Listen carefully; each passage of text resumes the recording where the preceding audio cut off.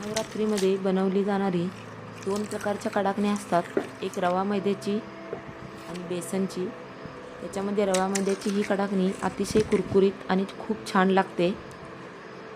चला तर आपण कुरकुरीत आणि खुसखुशीत अचूक प्रमाणासह कशी बनवायची कडाकणी ते पाहूयात। सर्वप्रथम एका परातीमध्ये मी चाळण घेतलेली आहे। तर ह्या चाळणीमध्ये मी 300 ग्रॅम मैदा घेणार आहे।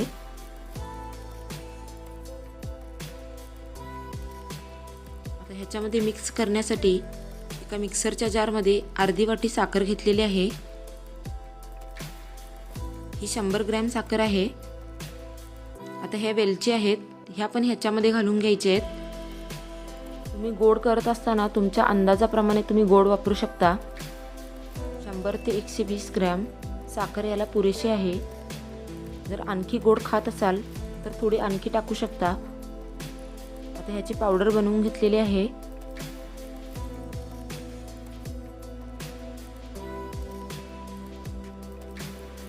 आता ह्या मैद्यामध्ये ही सर्व पावडर टाकून घ्यायची आहे।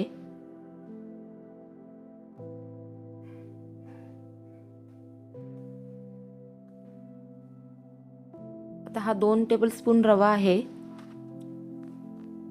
म्हणजे अंदाज जर पकडला तर तुमच्या घरातील छोटे चमचे आहेत ते 4 चमचे घेऊ शकता। हे सर्व चाळून घ्यायचे म्हणजे सर्व साहित्य एकजीव होईल। आता चाळून झाले तर ह्याच्यामध्ये आपल्याला तूप घालून घ्यायचे। तुम्ही पाहू शकता हे आपल्याला रेग्युलरच्या चमच्यापेक्षा थोडासा मोठा चमचा आहे, म्हणजे टेबलस्पून आहे। आता ह्याच्यामध्ये 3 टेबलस्पून देसी गाईचे शुद्ध तूप घालून घ्यायचे। तुमच्याकडे असलेले कोणते पण तूप वापरू शकता किंवा कडक तेलाचे मोहन 3 टेबलस्पून वापरायचे। जर तूप वापरलात तर खूप छान कडाकण्यांना चव येते। आता हे सर्व व्यवस्थित मिक्स करून घ्यायचे। हे कोरडे मिश्रणच खूप उशीर जर मिक्स केलात तर चव अगदी छान लागते।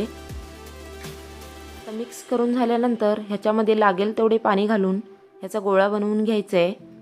तुम्ही पाहू शकता एकदम मऊसूत असा गोळा बनवून घेतलेला आहे। तुम्हाला सर्वप्रथम थोडासा पातळ जरी वाटत असला तर तो झाकून ठेवायचा 10 मिनिटांच्यासाठी। आता कढईमध्ये तेल गरम करायला ठेवायचे आहे। मीडियम फ्लेमवर 10 मिनिटांमध्ये तेल चांगले गरम होते। 10 मिनिटं झालेली आहेत। हा आता गोळा व्यवस्थित सेट झालेला आहे। तर ह्याचे मी छोटे छोटे 7 गोळे करून घेतलेत आणि थोडंसं पीठ घेतलंय। कडाकण्या खुसखुशीत होण्यासाठी एक ट्रिक आहे।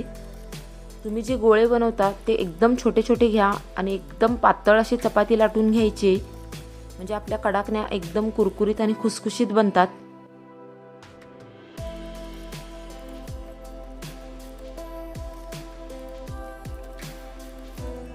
दोन्ही बाजूला पीठ टाकून हे व्यवस्थित लाटून घ्यायचं आहे। एकदम पातळ अशी चपाती मी लाटून घेणार आहे।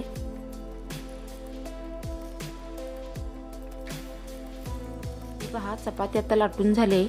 कोणत्याही कटरच्या साहाय्याने इथे तुम्हाला हव्या त्या आकारमध्ये कट करू शकता।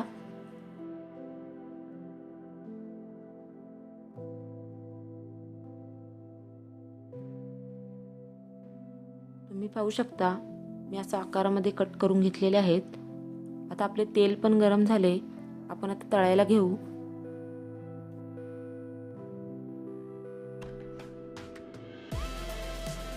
कडाकण्या तळत असताना गॅस मीडियम फ्लेमवरच ठेवायचा आहे आणि चेक पहिल्या प्रथम करून घ्या। आता हळूहळू ह्याच्यामध्ये कडाकण्या सोडून त्या तळून घ्यायच्या। थोडासा वेळ झाल्यानंतर ह्या कडाकण्यांना परतून घ्यायचे।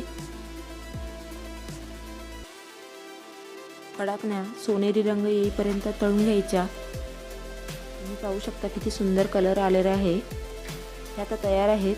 आता काढून घ्यायच्या आणि बाकीच्या पण तळून घ्यायच्या। तुम्हाला मी बनवलेल्या कडाकणीची रेसिपी कशी वाटली ही नक्की कमेंटमध्ये सांगा आणि चॅनलला लाईक, सबस्क्राईब आणि शेअर करायला विसरू नका।